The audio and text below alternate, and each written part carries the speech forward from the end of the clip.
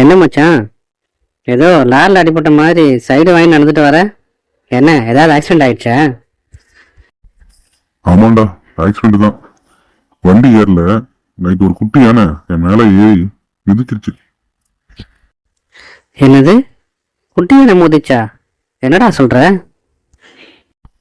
அதை ஏன்டா கேட்குற மச்சான். மிட் நைட் 1 மணி இருக்கும்.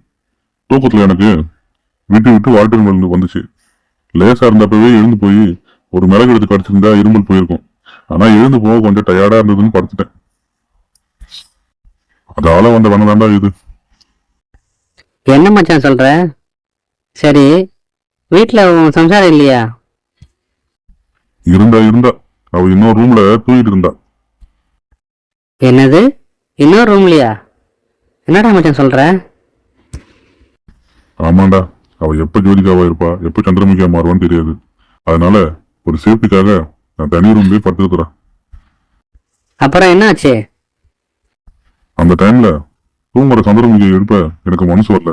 அதான்டா, என் பொண்டாட்டி எழுப்ப எனக்கு மனசு வரல. அப்புறம் என்னதான் பண்ண? அப்புறம் இருமல் தொடர்ந்து வந்துகிட்டே இருந்துச்சு. நேரம் ஆக ஆக இருமல் ரொம்ப அதிகமா வர ஆரம்பிச்சிச்சு. அந்த டைம்ல சூடா கொஞ்சம் பாலில் மஞ்சத்தூளையும் மிளகு தூளையும் தூவி சாப்பிட்டா தொண்டைக்கு இதமா இருக்கும்னு ஃபீல் பண்ணிக்கிட்டே இருந்தேன். இருக்கும்போதே பார்த்தா என் பொண்டாட்டி கதவு தூங்குற ரூம்ல இருந்து பார்த்தீங்கன்னா கதவு சத்தம் கேட்டுச்சு. என்னன்னு கொஞ்சம் பார்த்தா என் பொண்டாட்டி கையில சூடான சுக்கு பாலோட வந்துன்னா.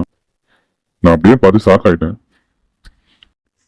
என்னது, உன் பொண்டாட்டி சுக்கு பாடம் வந்து நின்னாங்களா? சரி மச்சான், உடம்பெல்லாம் புண்ணா இருக்குது, கொஞ்சம் உட்காந்து பேசலாமா? கையில சூடான பாலோட ஜோதிகா மாதிரி வந்து நின்ன உடனே அப்படியே ஒழிக்கிட்டேன்டா. என்ன மச்சி மேல பாக்குற? எல்லாம் பிளாஷ்பேக் தான்டா. எப்படிமா நான் இரும்புற சத்தம் மூணு ரூமுக்குள்ள எப்படி கேட்டுச்சு? நீங்க ஏதோ அவசரப்படுற மாதிரி உள் மனசு சொல்லி எழுப்பி விட்டுச்சிங்க. அப்புறம் கொஞ்சம் உன்னிப்பா கவனிச்சு தான் பார்த்தேன். கவனிச்சு பார்க்கும் போது தான் தெரிஞ்சது நீங்க இரும்பலால கஷ்டப்படுறீங்கன்னு. அதான் கொஞ்சம் மஞ்சப்பொடி, மிளகு, சுக்கு தட்டி போட்டு சூடான பால் ரெடி பண்ணி கொண்டு வந்தீங்க. சரி, அப்புறம் என்ன ஆச்சு? அப்புறம் என்ன, தேங்க்யூமான்னு உருக்க சொல்லி மிளகு பாலை சாப்பிட்டேன். அப்புறம் அவ அப்படியே மெல்ட் ஆகி என் கண்ணோரமா கசிஞ்ச கண்ணீரை தொடச்சா. என்னது, கண்ணோரமா கண்ணீரா? என்ன சென்டிமெண்டா மச்சான்? சென்டிமெண்ட்லாம் ஒன்றும் இல்லை மச்சான். பால் மிளகு காரம் கொஞ்சம் ஜாஸ்தி, அதான். ஆனாலும் அதை அவ சென்டிமெண்ட்னு நம்பி அழாதீங்க புடவை முந்தானால முகத்தை தொடச்சி விட்டு அப்படியே என்னை படுக்க விட்டு நெஞ்சிலையும் முதுகிலையும் தைல தடவி விட்டு போர்வையை போத்தி விட்டா. சரி மச்சான், எல்லாமே சுகமா தானே போயிட்டு இருக்கு. பின்ன எப்படி குட்டியான உங்க மேல மிதிச்சிச்சு? அதான சொல்ல வரேன். அப்புறம் அவ எனக்கு போர்வையை போத்திட்டு கையில காலி டம்பரோட கிளம்புனா. அப்ப நான் சும்மா இல்லாம, ஏமா சினிமா படத்துல பொண்டாட்டி புருஷனுக்கு பாசமா போர்வையை போத்தி விட்டு அப்புறம் அந்த புருஷனோட காலில் விழுந்து கழுத்துல இருக்கிற தாலியை மண்தாலியை தொட்டு அப்படியே கண்ணில் ஊத்திப்பாங்களே, அந்த மாதிரி நீ ஏதாவது பண்ணுவேன்னு நினைச்சேன். அது மறுக்கிறதுக்கு முன்னாடி இதெல்லாம் நடக்கிறத பார்த்து இது தூக்கமா, இது தூக்கத்துல வர கனவா, உண்மையா பொய்யான்றது ஒரு டவுட்டா நினைச்சு வெள்ளாஞ்சதாண்டா கேட்டேன். இப்ப புரியுது மச்சான் என்ன நடந்திருக்குன்னு சொல்லிட்டு. என்னடா புரிஞ்சுது? குட்டி யானை உங்க மேல மோதல, நீங்க தான் குட்டி யானை மேல மோதிருக்கீங்கன்னு புரிஞ்சுது. என்ன மச்சான் யோசிச்சுங்க? இல்ல, நீ எப்படி அடி வாங்கியிருப்பன்றத யோசிச்சு பார்த்தேன், அதான்.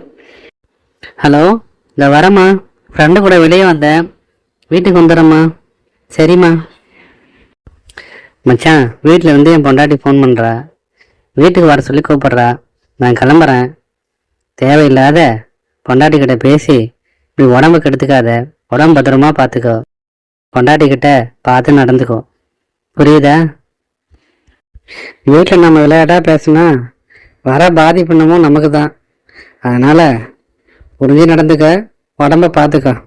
நான் கிளம்புறேன்டா. ஹலோ, இந்த வந்துடுறோம்மா வீட்டுக்கு. வெளியே வந்தோம்மா, பார்ல இருக்கேன், இந்த வந்துடுறேன் வீட்டுக்கு.